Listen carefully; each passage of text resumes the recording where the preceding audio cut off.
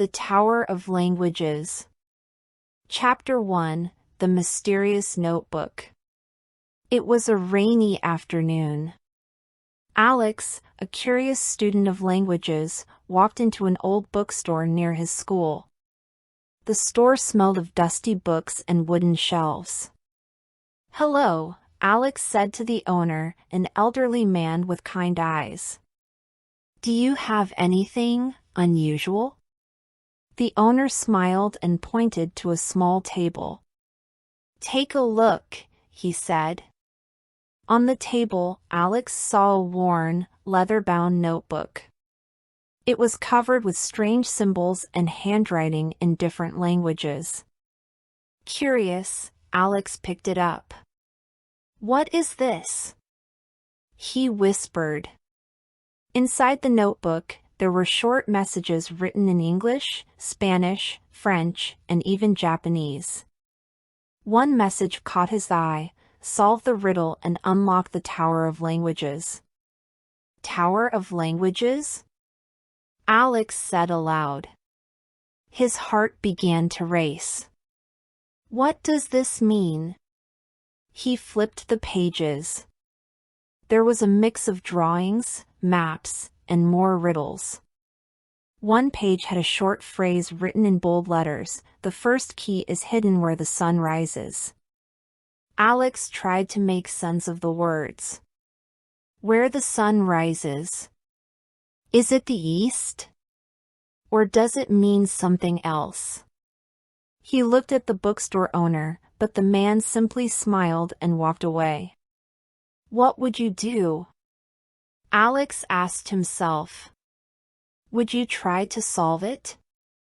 As he closed the notebook, a folded piece of paper fell out. It had a symbol he had never seen before. Beneath the symbol, it said, "Time is running out." Alex felt a chill. He knew this was no ordinary book. He had to act. But where would he start? The first key was waiting, but where? What do you think Alex should do next? Try saying it aloud. Alex should find the key. Chapter 2, The First Clue. Alex entered the small cafe. The smell of coffee filled the air. Sophia sat at a table, her books and notebooks spread out in front of her. She looked up and smiled when Alex walked in. "Did you bring it?" Sophia asked. "Yes," Alex said, pulling the journal from his bag. He placed it on the table, and Sophia opened it carefully. "This is incredible," Sophia said, pointing to a phrase. "It's written in Italian. Can you read it?" Alex shook his head. "No, I can't." "Can you?" Sophia nodded. "Yes. Listen, la chiave è nel passato." Say it with me, la chiave è nel passato. Alex hesitated, then repeated, la chiave è nel passato. "Good," Sophia said. "It means the key is in the past." "But what does it mean? What key? What past?" Alex leaned closer.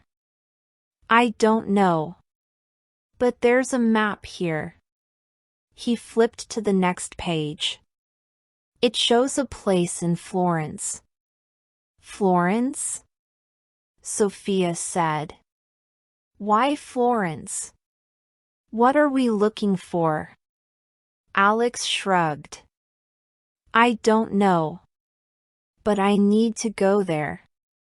Will you come with me?" Sophia paused. "Yes, I'll come. But first, we need to prepare. Let's practice some Italian." She wrote down a phrase. "Repeat after me. Dove si trova la chiave?" Alex repeated, "Dove si trova la chiave?" Again, Sophia said. Dove sai trova la chiave? Dove sai trova la chiave? Alex said, this time more confidently. Perfect. Sophia smiled. Let's plan our trip. But as they spoke, Alex noticed something. A figure stood outside the cafe, watching them. When Alex turned to look, the figure disappeared. Did you see that? Alex whispered. Sophia's smile faded. No. What did you see? Alex's voice was tense. Someone was watching us. Chapter 3, Echoes of the Past. Alex and Sophia arrived at the ruins just as the sun was setting. The golden light painted the old walls in shades of orange and red. The mural stood tall, cracked and faded, but still holding secrets. This must be it, Alex whispered, his voice trembling with excitement.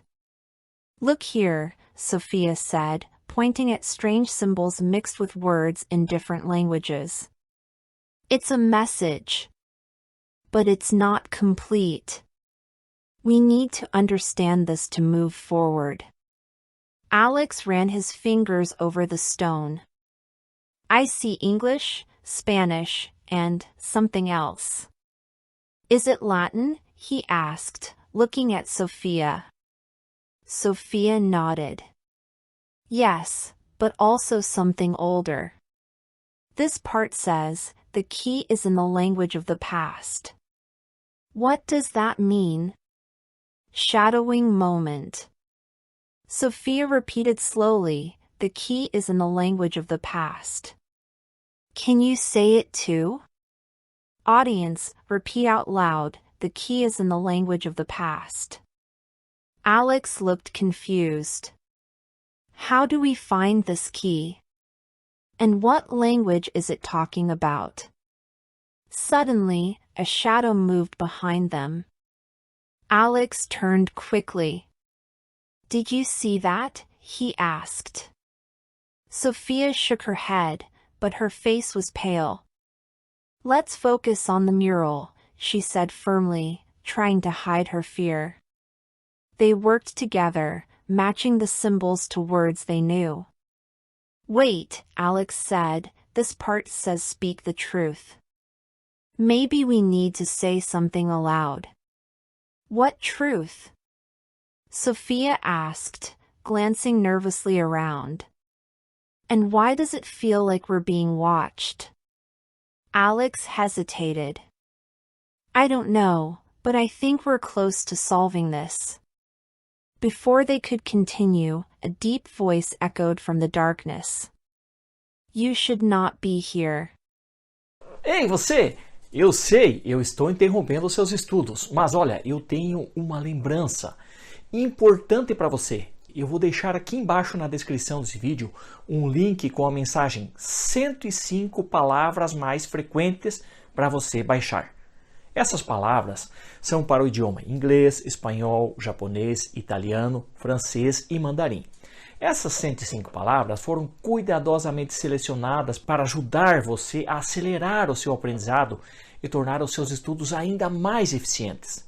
São as palavras mais usadas no dia a dia. Baixe agora mesmo e comece a usar essas palavras em suas práticas diárias. Clique no link da descrição, baixe as palavras e continue os seus estudos ainda muito mais motivado.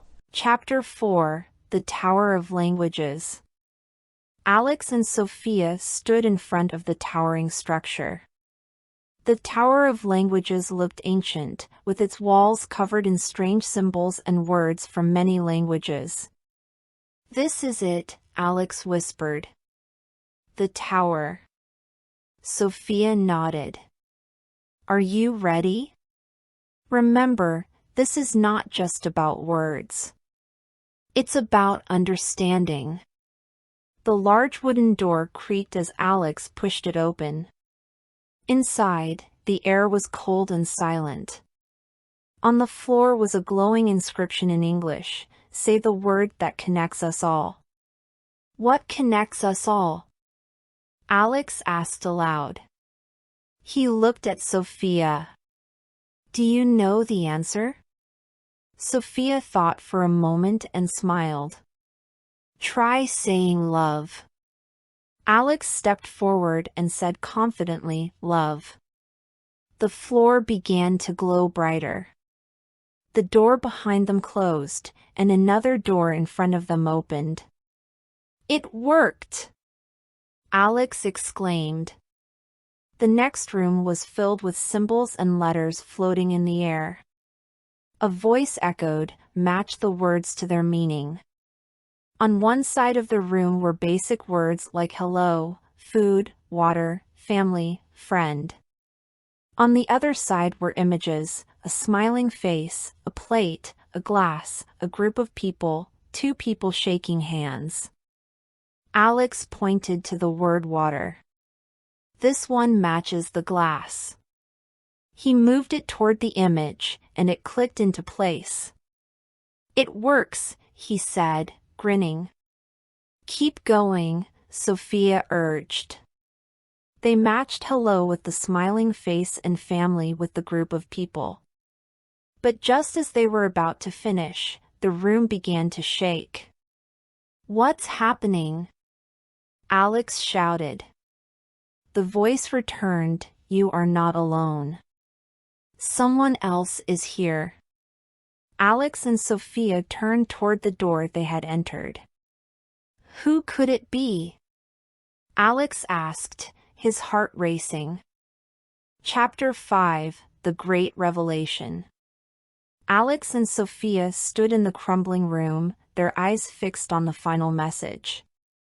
The air was thick with dust, and the walls trembled as if the tower itself was alive. Read it, Alex, Sophia urged. Her voice was steady, but her eyes betrayed her fear. Alex wiped the dirt from the message carved into the stone.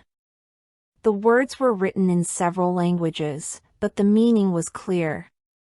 He read aloud slowly, the key to understanding is not just words. It is connection. Connection? Sophia repeated, her voice rising with curiosity. What does that mean? Maybe it's about people, Alex said. Language is more than grammar or words. It's how we share our lives. Do you think Alex is right? What do you believe makes communication powerful? Take a moment to think about it. As Alex spoke, the room shook harder. A hidden door opened behind the wall. They stepped through it cautiously and found themselves in a glowing chamber. In the center, there was an ancient book. It seemed to pulse with energy. Sophia reached for it, but Alex hesitated. Wait, he said. What if this book holds more than answers? What if it's a test? What do you mean? Sophia asked.